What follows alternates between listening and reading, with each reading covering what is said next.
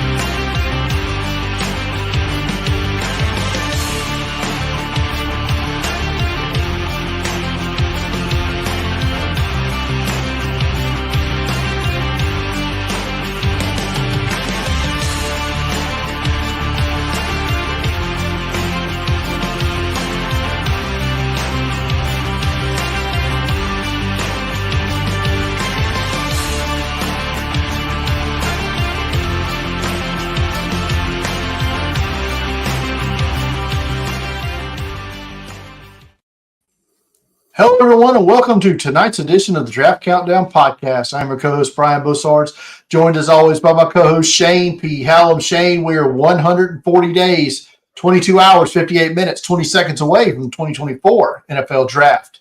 Yeah, we're in the new period of college football, the transfer portal weeks until we really can get all the lists updated and see who's actually in this draft. So things get a little confusing here moving forward.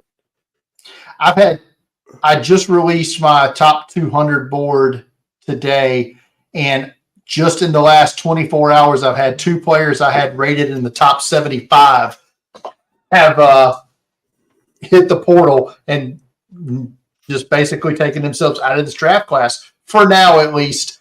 We'll see, but they're kind of playing with fire, man. I mean, because the longer, if you're not in the portal, you're not going to be able to get into one of the all-star games, right? So you're kind of putting yourself behind the eight ball a little bit if you're in that kind of draft range, right?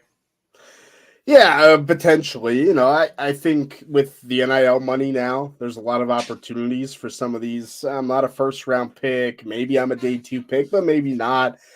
To go in the portal, make some cash, and hope to improve their draft stock. Like you said, if the money doesn't flow in, then you could change course in a couple weeks. Maybe you can still make an all-star game if you want to.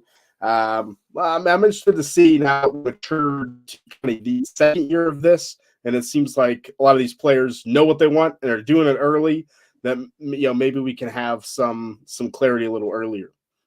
Yeah, it's been wild. About as wild as the college football head coaching carousel's been, but it appears like we're winding down a little bit. I wrote it down last week and forgot to talk about it, so I'm going to lead with this one. Bobby Petrino back at Arkansas as the offensive coordinator, Shane. What the hell? Look, if you had told me that, a decade ago, I would have called you nuts. But Bobby Petrino is a good offensive coordinator. I mean, he is, for all the character flaws, and there's a lot of them that he has. This feels to me like a desperation move, right? To hang on to for Sam Pittman, hang on to his job ultimately. I'm gonna be honest. When I initially saw it, I thought this was Sam Pittman hired his successor, but that's please no. That was the first thought. Let's go through this quickly. Indiana has hired James Madison head coach Curt Cignetti as their head coach. This feels like a really good hire for the Hoosiers.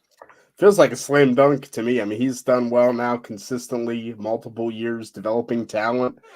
Indiana's not a great job, but it's a Big Ten job. Expectations aren't like super high. If you can get a 6-7 win season, then you're in pretty good shape. Don't Curt Cignetti, yeah, it's a nice spot, and if I do really well, then you can move up to one of the big boys. Another one that feels pretty slam dunky to me is Houston hiring Tulane head coach Willie Fritz to be their head coach. Now, had I known that this hire was taking place, I would not have picked Tulane as the lock of the week last week had I known Fritz had one foot out the door. But still, this feels like a really good hire for the Cougars. I mean, Tulane's been, I don't know, maybe the best G5 school here the past couple years. So absolutely. I'm interested to see how that offense looks with him and with the talent that they have there. See how it shakes out. But yeah, I like the Willie Fritz hire. A couple of under the radar group of five hires that I liked over the last couple of days. Middle Tennessee bringing in former Vanderbilt head coach Derek Mason as their head coach. I mean, right there in the Nashville area. And New Mexico hiring Bronco Mendenhall to be their head coach. I really like both those hires. I'll tell you, Derek Mason, but I can't remember when he was on there a couple years ago for the national championship. They had the coaches roundtable. Always really it was impressive to me in terms of his football knowledge. So I think Middle Tennessee is a really good spot. That's probably one of my favorite G5 hires for sure. I'll quickly run through the rest of these. Nevada fired their head coach Ken Wilson, who was 4-20 after 2 years, and immediately hired former Montana State and current Texas co-defensive coordinator Jeff Choate.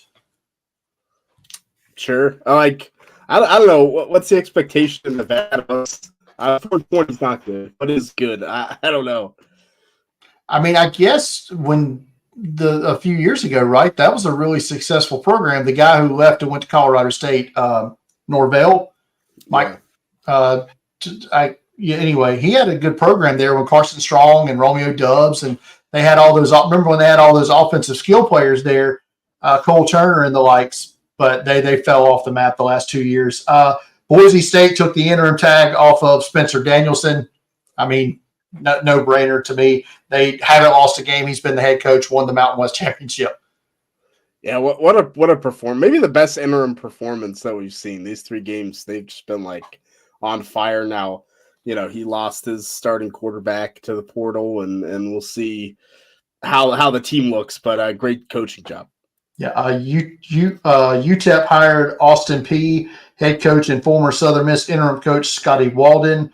Louisiana Monroe hired New Mexico offensive coordinator and the former interim head coach at UAB, Bryant Vincent, as well. And finally, Wyoming head coach Craig Bowl is going to announce his retirement. He will coach them in the bowl game.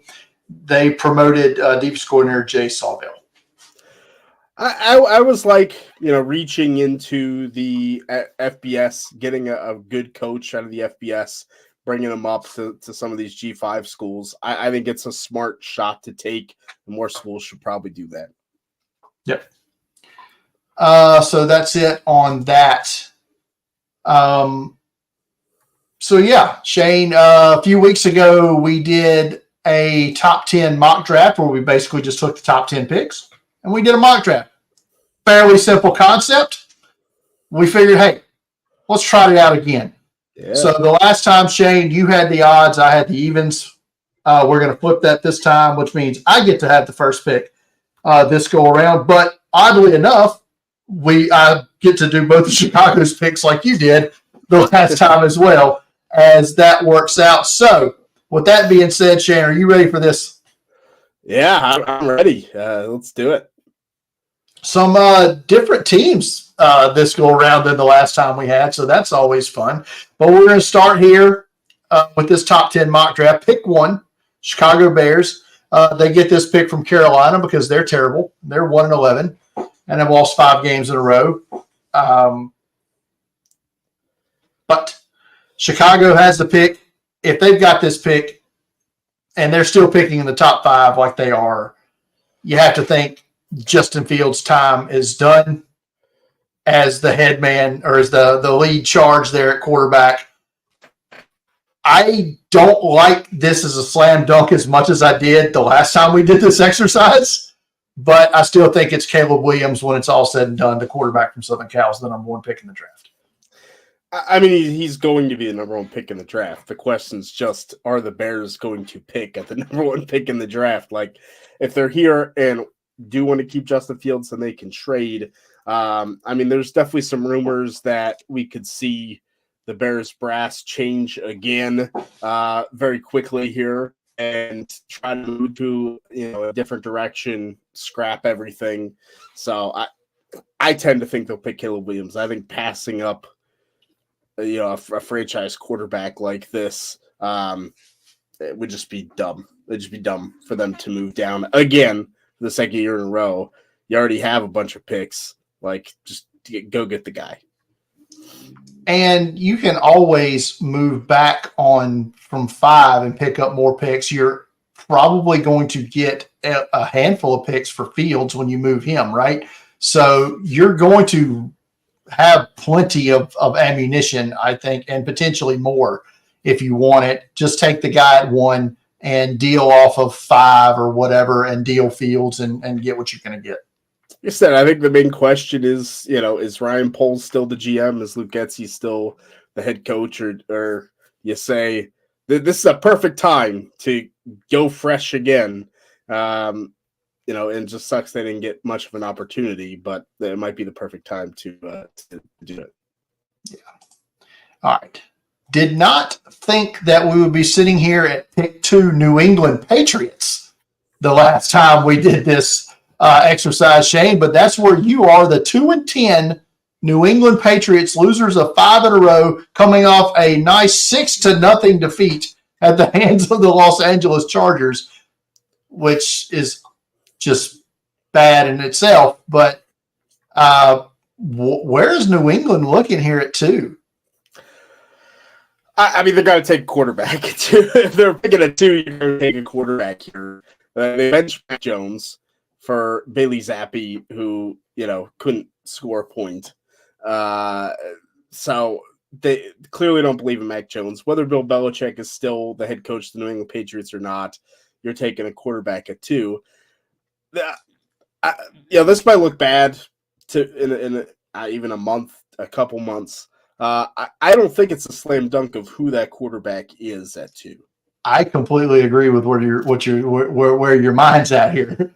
Like, I think we propped up Drake May before the season. We had the articles. Is he better than Caleb Williams? Drake May's still going to go in the top 5 of this draft. He's still very good. But, I mean, Jaden Daniels possibly had the greatest college football season ever. It is some of the advanced metrics of what Jaden Daniels did at LSU this year is bonkers. And so if you bring in, let's say Bill Belichick's gone, he leaves, he goes to the Chargers, and you bring in a new head coach, you bring in a new system, and they see the potential for Lamar Jackson to be on their team. I think you take that over a little more raw, younger Drake May. So I'm going to take Jaden Daniels, quarterback at LSU here at pick 2 to the New England Patriots. This was crazy a month ago. You're right. I don't think it's crazy anymore, and I'm with you. I moved in my top 200 this week. Jaden Daniels ahead of Drake May. I moved him up to QB2 this week, so I'm there. I'm fully on board with this pick, and like you said, I don't think it's the Belichick regime making this pick either. So that in itself is interesting. Wild times in the NFL.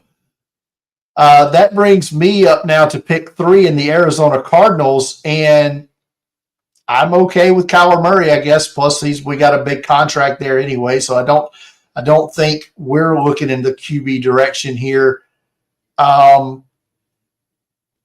So let's get the next Larry Fitzgerald in the desert, right? That's kind of where we're at. I don't see this pick going any other way with the way this board's fallen. I think Arizona easily runs the card up for Marvin Harrison Jr. I tend to agree. I think the only thing that could hold me back is a top 3 pick at receiver is very rare. And is Marvin Harrison Jr. worth that, right? Over, Arizona kind of has this perfect situation of you drafted your franchise offensive tackle last year in Paris Johnson. You have Kyler Murray, like you said. So it's really, you draft a pass rusher or you take a receiver. I tend to think Marvin Harrison Jr. is worth this pick here. Yeah, and yes, it is rare, but just with this third overall pick, the guy I mentioned before, that's where Larry Fitzgerald came off the board at 3. And what's the difference, 3 or 4 here? AJ Green, who I see a lot of comps for Marvin Harrison Jr., comp to AJ Green, pick 4. Pick position here is not, I mean, I get that it rarely happens, but I think you just take the talent here. And like you said, they've got the offensive tackle already. Yes, they need a pass rusher, but that is a depthful position in this class, and you've got another first round pick here as well, right? So we won't get that far down in the first round, but Arizona does have Houston's first round pick. Right. Now, the other question is they could move down from 3. I think it's going to be a prime spot for that third quarterback. Right. I think there is a big drop off. So, right. Well, especially with teams like the Giants, Tennessee, New Orleans, who we know will trade up with anybody for anything. Their price of trading is not what everybody else's is. All right, Shane. Now you're up now with pick 4 and the Washington Commanders. Our draft guy, Jimmy, big Commanders guy, says they better get one of these tackles, Shane. It's a tough choice here for the Commanders. I don't think Ron Rivera is the coach. Yeah, I think that's been setting up for a long time. I think what might determine this pick and where we're at in our mock is does Eric Bieniemy just move up to head coach? I think, to me, it's my conspiracy theory. That's been what's been brewing this whole time. The offense for the Commanders has overperformed expectations. The defense is really, really bad. So if that's the case, then I think Jimmy's right. I think offensive tackle makes a lot of sense. If they bring in someone from the outside, I don't think a new head coach is going to look at Sam Howell and say, yep, that's my guy. Let me ride or die with Sam Howell. I think Sam Howell is a starting quarterback in the NFL. I don't think he's a franchise quarterback in the NFL.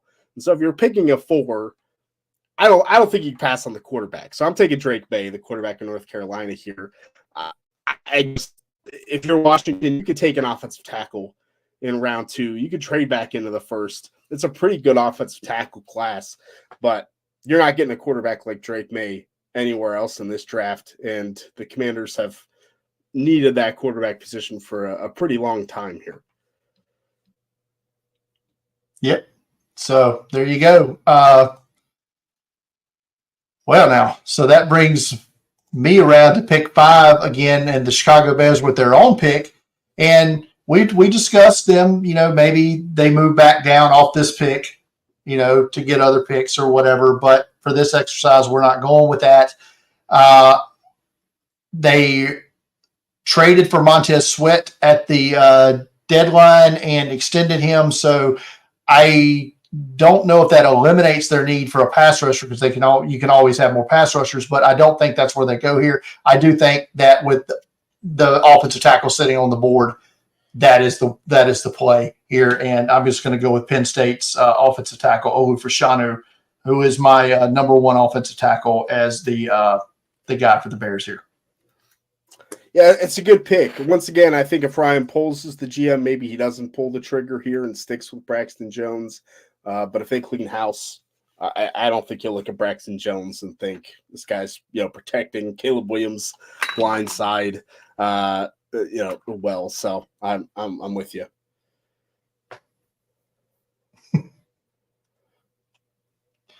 Yep. So I'm with you. I don't mind. Braxton Jones is not a bad player, but he's not near the level that Fashanu is, or Joe Alt, for that matter, or hell, some of these other guys that could be first-round offensive tackles. All right, Shane. New York Jets here, and what a mess going on with that team right now. Basically begging Zach Wilson to come be the quarterback again. It's gotten sad here in New York. What do the Jets do here? Because we're out of quarterbacks. So well, that's coming back, baby. The Jets could go from a top 10 team to a contender. I wonder if if Robert Saleh thought we could kind of tank, start Tim Boyle, and then they started to be so bad that it's like, man, I might get fired. Right. It's that come back. I think it's an easy pick here for the Jets. I think it's Joe Alt, the offensive tackle out of Notre Dame. I mean, the offensive line is horrific. We pegged them to take a tackle last year. The Steelers traded ahead of them for Broderick Jones. You can't tell me that the Jets weren't going to take him if he was there. They still need an offensive tackle. I think Alt is the safest offensive tackle pick you can make in this draft to have a 10-year career. Yep, no doubt about it. I am at a loss here with the Giants because the board has not been kind here, right? To what we're needing, and I honestly just don't know where to go. There's not a whole lot. There's not a quarterback value here, right? And they need a quarterback, but I'm not drafting Bo Nix or Michael Penix at pick 7. It's not going to do it. I've got a first round tackle last year in Evan Neal. I've got Andrew Thomas. So offensive tackle is not a need here. Is wide receiver 2 worth here? Probably, but who is wide receiver 2?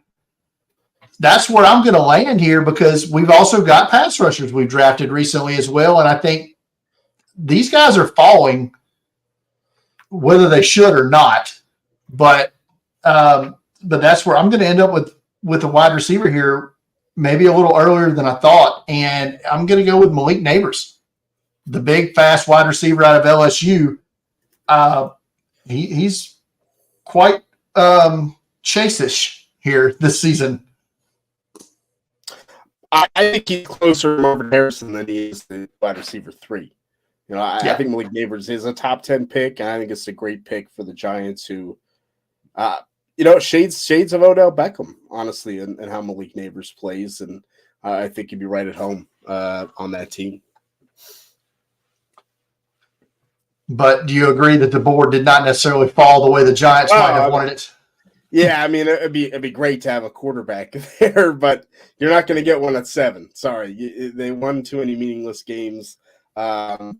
If they win one more, they're probably out of the quarterback. I'm gonna be honest. I thought when they started Tommy DeVito that they were heading in that they were in the tank mode, but it blows my mind. Anyway, right. Pick 8, the Tennessee Titans now. Will Levis is who he is. That's about. But again, we're not replacing Will Levis here at pick 8. So where are the Titans looking here, Shane? I think it's definitely going to be on the defensive side of the ball. I mean, they could use offensive line help, but have kind of pieced together. It took Peter Skronsky last year. They pieced together a decent offensive line. Jalen Duncan, our boy, 6th-round pick, turned in a pretty good performance here at left tackle. Yeah, I mean, with Neighbors gone, I don't think receiver's an option. So we're going to go defense. I'm really between 2 players. I think one's a better value. I think Dallas Turner's off the board by now, the edge rusher out of Alabama. I don't know to who, because I don't think he made a bad pick here. I don't think either of us have. It's just how the board fell. I also think Jazon Newton makes a lot of sense at that nose tackle position for them. They do have Jeffrey Simmons. So the pass rushers are decent. I mean, Harold Landry and Arden Key they brought in, but Rashad Weaver. But I'm going to take Dallas Turner here. I just don't think he should fall anymore. I think it gives us some flexibility on the right outside linebacker position. Turner's good at standing up. He's a great fit for the defense. I think Mike Vrabel's going to like him a lot. So I'm going to go with Turner here. He's very good, man. Really good. This is going to be a very good edge group with him, a guy that's fixing to come off the board at 9, and another guy that I really like. But that brings us here to the New Orleans Saints, pick 9, and this team is in perpetual cap hell as they always are. They're stuck with Derek Carr at quarterback, whether they like it or not. Their receiver room outside of Chris Olave, probably needs some overhaul. They are getting some good snaps out of A.T. Perry, and Rashid Shaheed has gone above and beyond what he should have been. But they constantly looking for a pass rush here. They took Peyton Turner in the first round a few years ago. I love Peyton Turner, but he can't stay healthy. Been hurt pretty much his entire career. They tried it with Marcus Davenport, same thing. Cam Jordan, who's never hurt, but is just old, right? So we've got to get some extra pass rush here. And because of the injury history that we know about Latu, despite that I think he's the best overall edge rusher in this class, I think the Saints will pass on him and go with the guy who, I don't know if anybody's watched the last two Florida State games, but Jared Verse is just all kinds of animal. And that speed to power that Verse has will fit into New Orleans excellently here. And I think that's where the Saints end up here. Florida State edge rusher Jared Verse. He kind of feels like a Saints player in pick, you know what I mean? Like, yeah.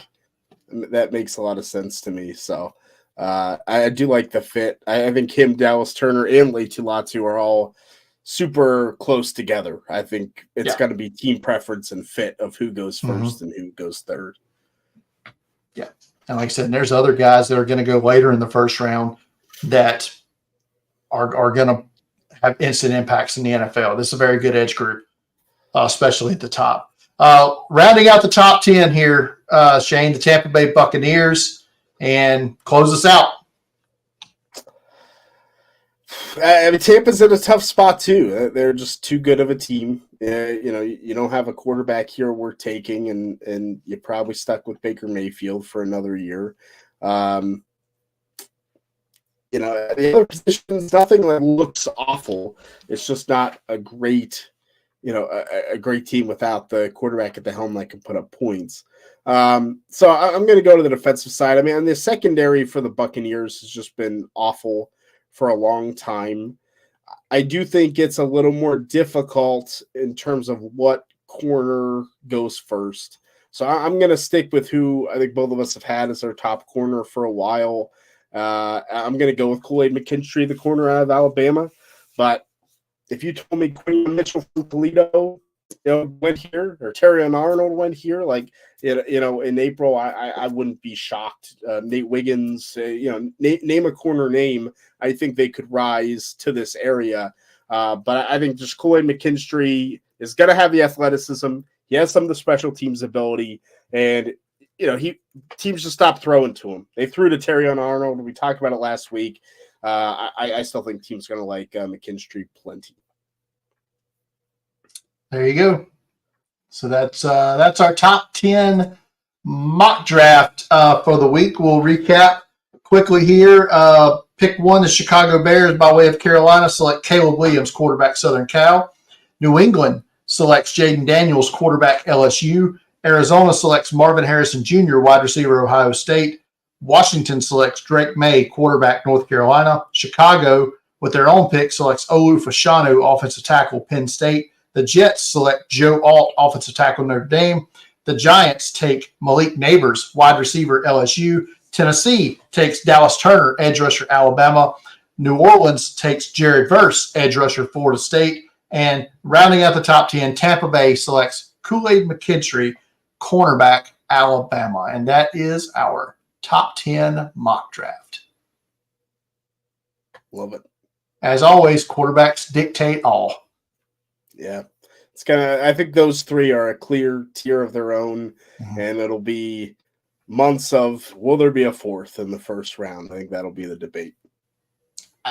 I feel like we're going to get a fourth in there this year. I just don't know which. I think everyone will think we'll get a fourth, and then we won't. You're probably right. Usually what happens nowadays. You're probably right. All right. Let's wrap up our lock of the week for the season. And we both ended on the loss last week. Shane, we failed. Like I said, had I known Willie Fritz had one foot out the door, would not have taken Tulane as the lock of the week. So I close up at 9-6. Shane, you lose last week to go sub 500 on the year, 7-8. Yeah, look, I mean, Louisville couldn't score more than 6 points. That's all I needed. What a defensive performance from Florida State, though, man. I mean, that's that dominated. Yeah. But you can't get in the playoff with a good defense. No, good defense doesn't get you in a playoff, or else I would be the number one. Well, let's not go too far. All right. That's going to do it for that wraps up our lock of the week segment. Now, every year we decide what bowl games we're going to watch going in, Shane. And we have a bowl game draft. 42 bowl games this year. We're only going to draft 38 because of the 42 bowl games, I will be live at 2 covering for Draft Countdown. Got credentials this week for the R&L Carriers New Orleans Bowl. Pumped up about that. Pumped up to be in the press box of the Superdome. That's a bucket list item for me, so I'm pretty pumped for that. And I'll also be at the 68 Ventures Bowl in Mobile, as I always am. So I will have those games between Jacksonville State and Louisiana and South Alabama and Eastern Michigan, respectively. Shane, as always, I defer the Ohio State Bowl game to you because that's your team. So you will get them in the Cotton Bowl against Missouri. And to even it out, I just randomly picked a first day bowl game, and you get the New Mexico Bowl between Fresno State and New Mexico State. Nice. That was the third worst on my board, so I will take it. There you go. So it works out. It works out. That's probably fair. I'll be live at a bowl game where there won't be a single player sniff the NFL draft, so it'll be okay. So that evens it out nicely. I like it. So I don't know how we decide who goes first here. Do we paper, rock, scissors live on the air? No. I think you go first because you won Lock of the Week. You had the better record for the season. There we go. That is how we determine this. You're right. Yeah. I'm glad you remembered that. Well, all right then. So with that said, my first selection of the bowl game mock draft will be the Sugar Bowl in New Orleans between Texas and Washington. I just feel like watching an offensive game. I can use it. So, do I get one pick or 2 picks? Is it you will go. We will snake here, so you'll go 2 picks. Okay. Then I'm gonna take the Rose Bowl. I'll take Michigan against Alabama. I'll take the other that was top of my list here. And then the problem with the bowl draft every year is you just don't know which eligible players are going to play, right? So, like, I'm going to pick a game I want to watch, but I feel like there's not going to be many draftable guys in it. I'm going to take the Orange Bowl. I'm going to take Florida State and Georgia just for the storyline and the intrigue. Maybe Florida State players are amped up and they're going to play and want to, take it to Georgia. That's what I'm hoping for. So I'll take that one and see if they can stay undefeated all year. Yeah, that was kind of where I'm at. I had that down as my number 3 game to go after. So I was I'm with you, but I'm curious. I mean, I already know there's a handful of Florida State players who have entered the portal who aren't going to play. So we'll see how that goes. All right, so back-to-back picks for me now. I'm going to go with the Peach Bowl in Atlanta, and I'm going to take Mississippi and Penn State for that one. We'll see who's playing in that one. And I will go down a little bit to the Alamo Bowl, San Antonio, Arizona and Oklahoma. This seems like a fun game.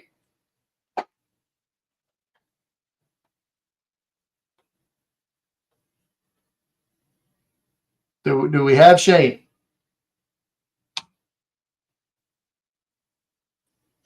Look, I'm back as a third wheel. There we go. I mean, yeah. The internet site is shut down. So you took the Outback Bowl, the Alamo Bowl. Alamo Bowl. That was I took the Peach and the Alamo. The Alamo is going to be really good. Oklahoma, Arizona. Yeah, I think it's going to be a fun game. Those are the top 2 on my list. Good picks. I'm going to go with the Gator Bowl. I'm going to go Clemson against Kentucky. I think is a little bit intriguing. Though Clemson's guys are bolting left and right from Clemson already as well, but I think it's a good matchup. So Gator Bowl it up. And I'm gonna dip down. I know we're obviously not getting Caleb Williams, but I'm going to go Holiday Bowl. Louisville against USC. I think it's going to be some offensive firepower in that one.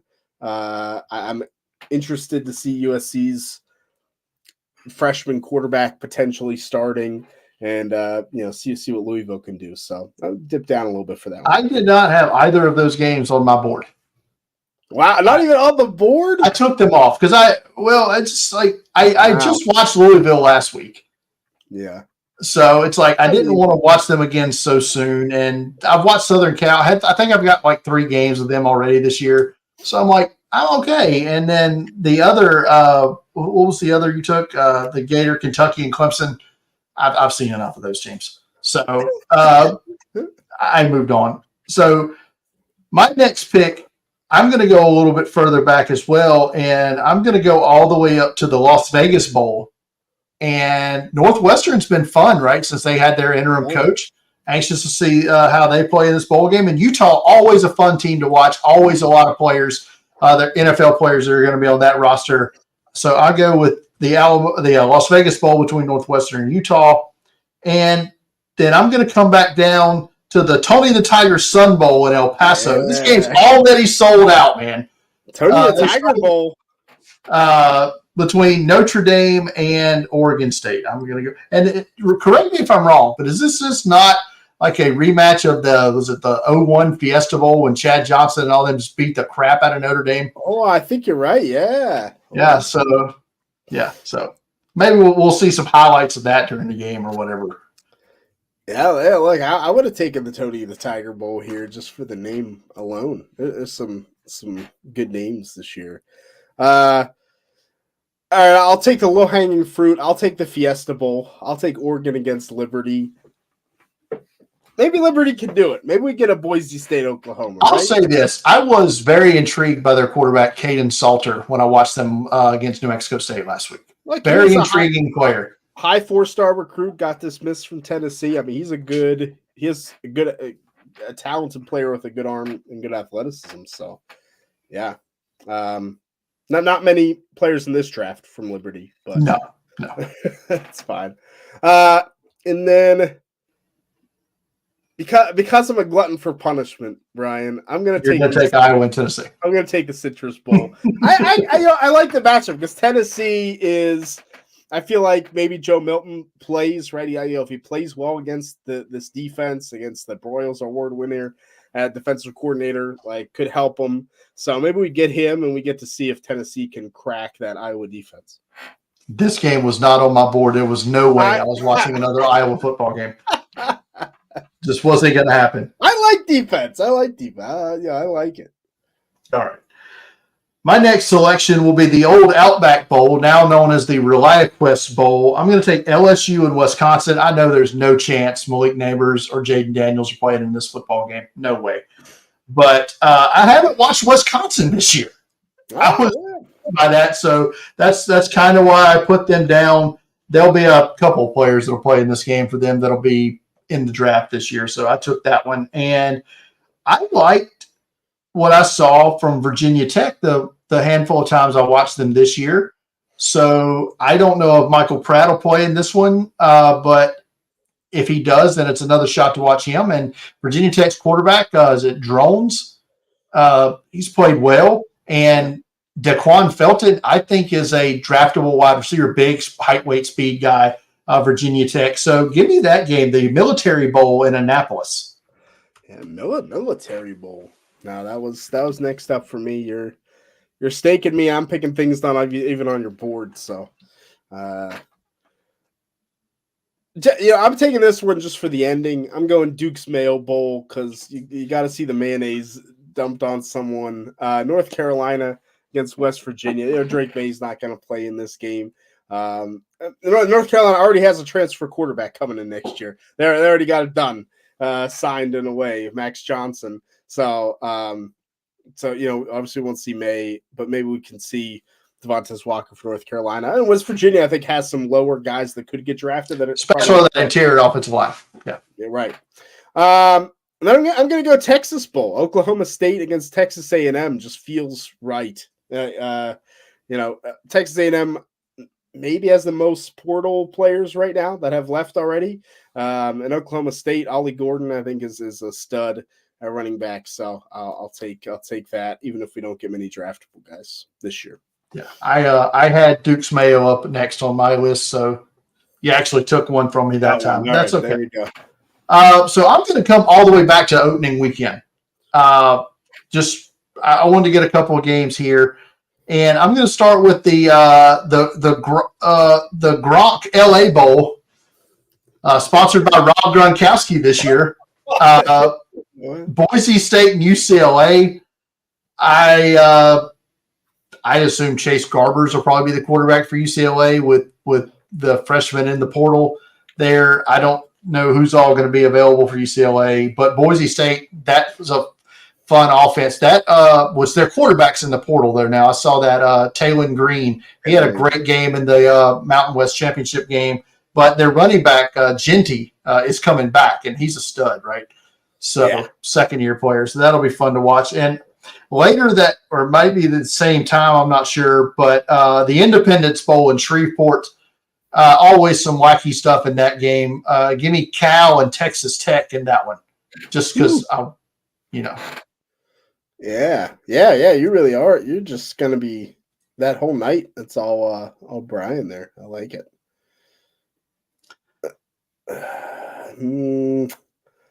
I feel like we're getting down to the. It's getting down to the dregs, if you will. Yeah. I'm gonna go with the Pop-Tarts Bowl. Not a great bowl name. That's how you know we don't have enough bowls. NC State against Kansas State. Two disappointing teams. NC State, caught fire late. Kansas State, Will Howard, their quarterback's already in the portal, but they have some younger players too. So Pop-Tarts Bowl.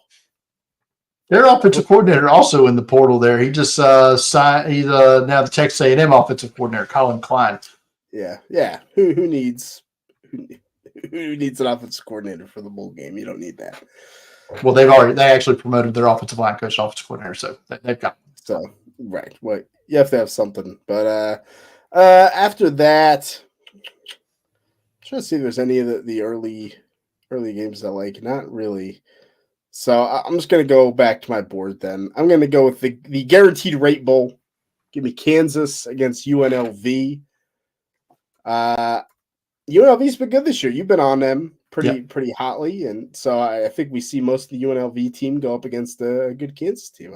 Yeah, their quarterback, Jordan Maivia, entered the portal and then come out in the same day. So but he's been very good for them this year. Once he was inserted in starting lineup, that was pretty much the catalyst for them to have the season they've had at UNLV. And Jaden Daniels, like you said, maybe he'll play in this one, but Kansas has got some talent as well. I like the game. I just watched them both already enough that I didn't have them on my board. I want to go back to the Pop-Tarts Bowl really quick, though. Their mascot for this game is going to be edible. It's going to be live edible. They're going to have a live Pop-Tart that people can eat off of. It's going to be weird. I'm happier that I took this bowl game now. I want to see that. Yep. All right. So next up on my board here, for the sacrifice here, and since this is your first Christmas with your little girl, I'm going to take the Christmas Eve bowl game or whatever, the Hawaii Bowl, Coastal Carolina and San Jose State. No Grayson McCauley's in the portal, probably going to end up at NC State, as the rumor has it. Have not watched San Jose State this year, which was my real reason for taking this bowl game.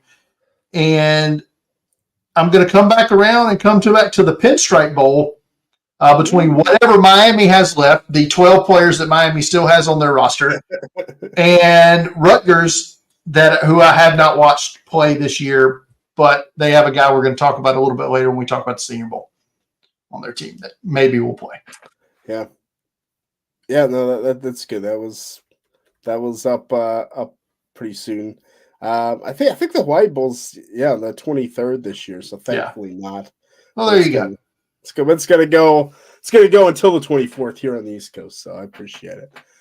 I'm just going to take some games with some crappy but big teams. I'll take the Music City Bowl, Auburn against Maryland. Maybe it's Talia Tagovailoa's last game. I think he's got to be out of eligibility by this point. And Auburn almost beat Alabama, so I'll take that. And I'll go with the Fenway Bowl next. SMU, Boston College. Playing in early morning, maybe 9 a.m. for you. So I'll take that one. Yeah. All right. So moving right along here.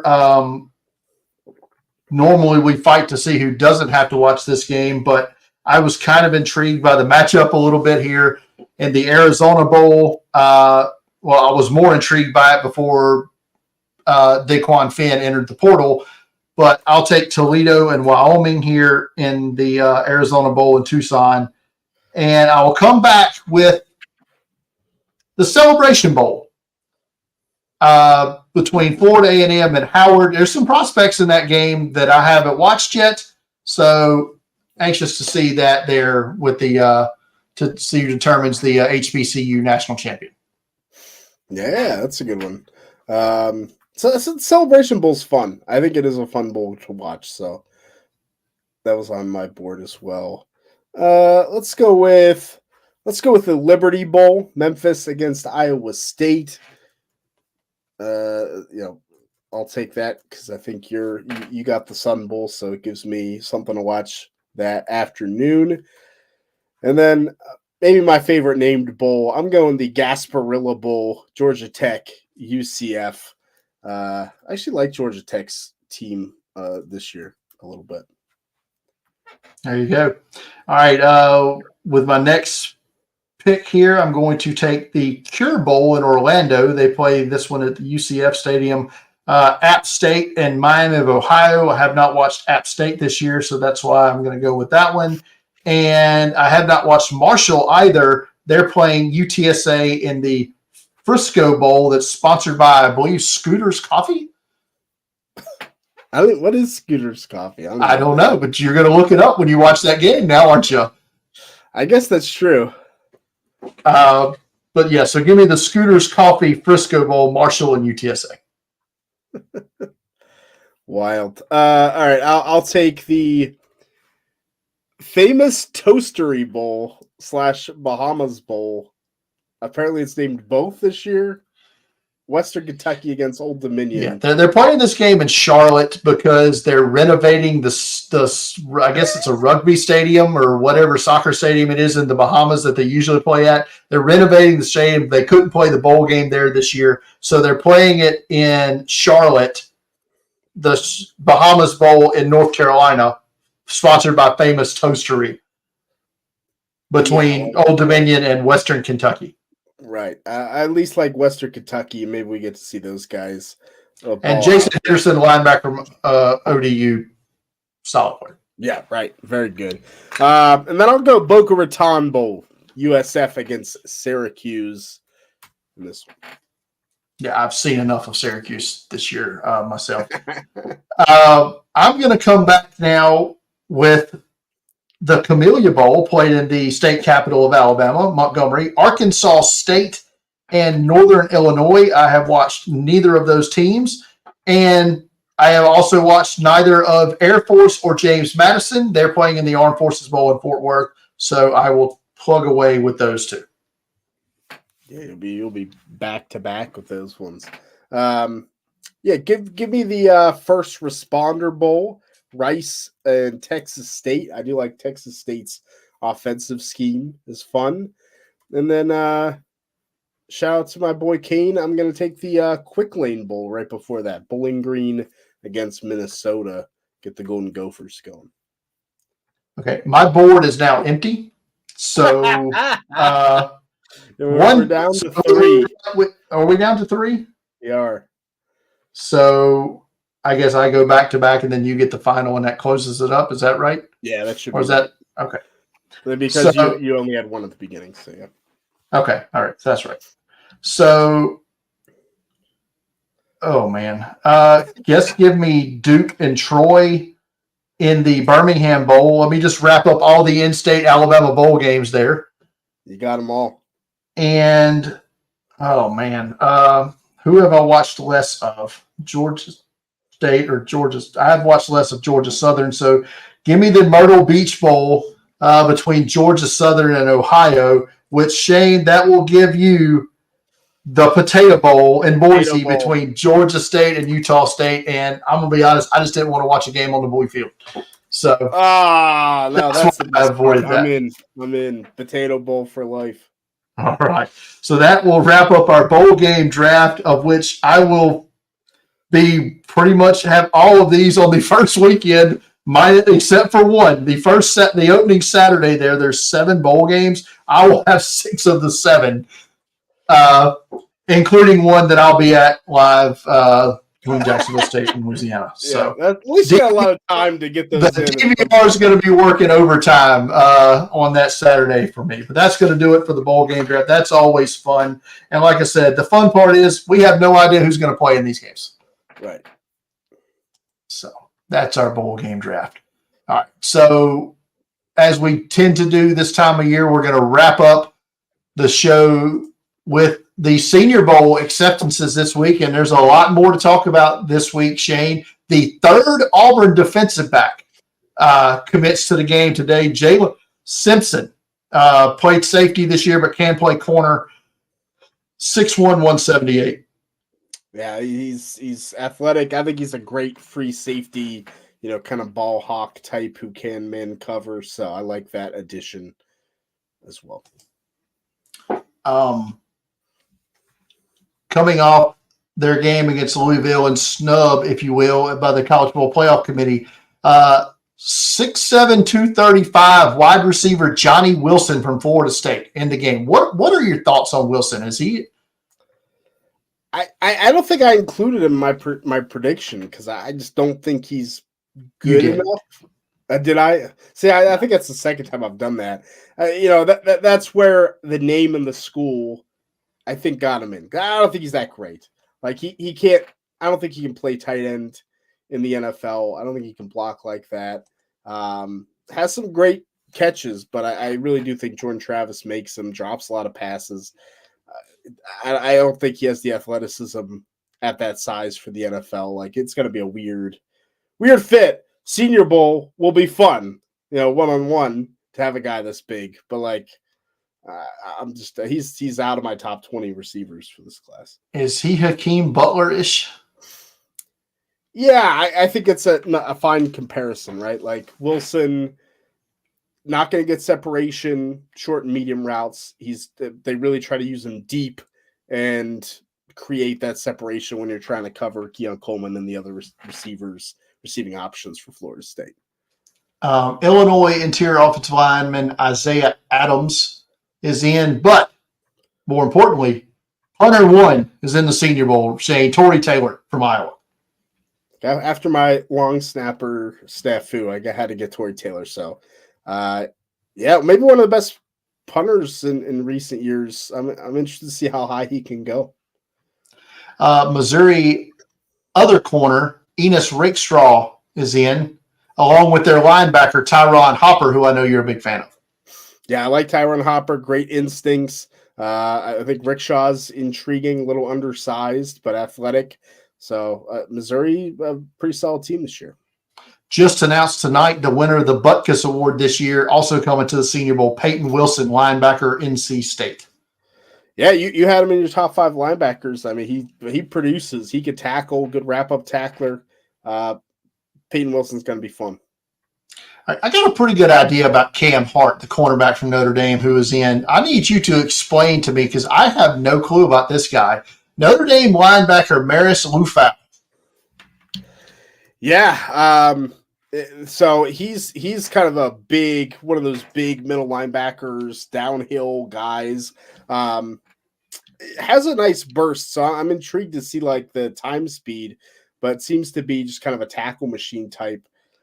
I have him lower on my list. I don't know if he has that lateral agility, so maybe the Senior Bowl will help give me a better picture. Linebacker 1, both of us last week Tommy Eichenberg, Ohio State, is in. And you tried to talk me out of Josh Proctor, the safety from Ohio State, but he's also in.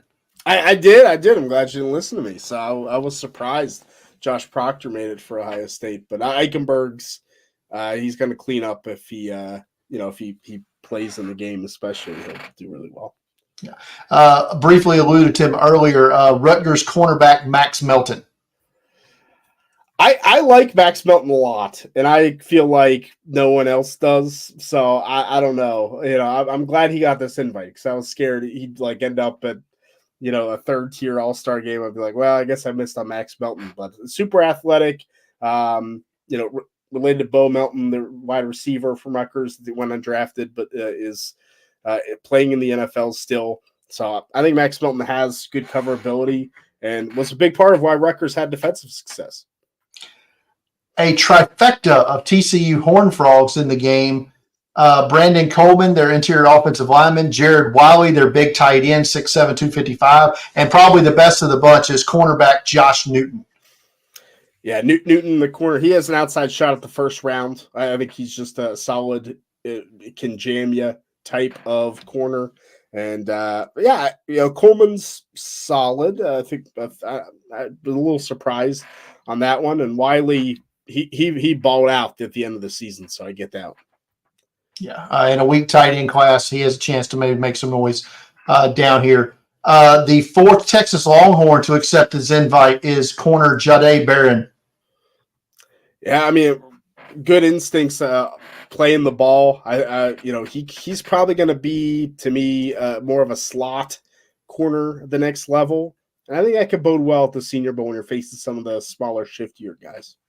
4 Texas A&M Aggies have been invited, but only one's accepted so far, and that's Layden Robinson, their interior offensive line prospect, 6'4", 320.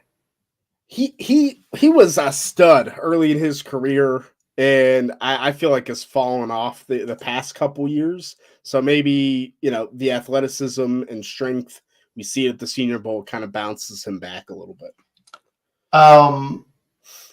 The second punter we'll talk about for this game, Austin McNamara from Texas Tech. Yeah, big leg. He's a boomer. Austin McNamara is a boomer of a punter, so you get the distance with McNamara. I'm my top 2 punters. They took them both, so I was happy with that. Utah offensive linemen always tend to do well when the draft process rolls around. Will Saltoa Laumea fare the same? I think so. I think Saltoa has that nice bend and good pop off the line. The Utah offensive linemen in the pit always do well. Always fun to see. Yeah. A pair of Wake Forest Demon Deacon defensive backs, Kalen Carson, which we know about and have talked about. Haven't talked so much about their safety, Malik Mustafa. I think Malik Mustafa, he's well built. Mustafa's tough, good downhill tackling safety. Got to get those hips a little more fluid, but I think Mustafa has a chance to make some noise in Mobile for sure. And finally, rounding it out, the second interior defensive lineman that started his career at Western Michigan. This one actually finished. That'll play at the Senior Bowl. Broncos, Marshawn Nealon. Yeah. So definitely an interesting kind of spark play. Yeah, isn't that wild that we have 2 Western Michigan defensive linemen? Yeah. One's at Florida State, but right. But former defensive line.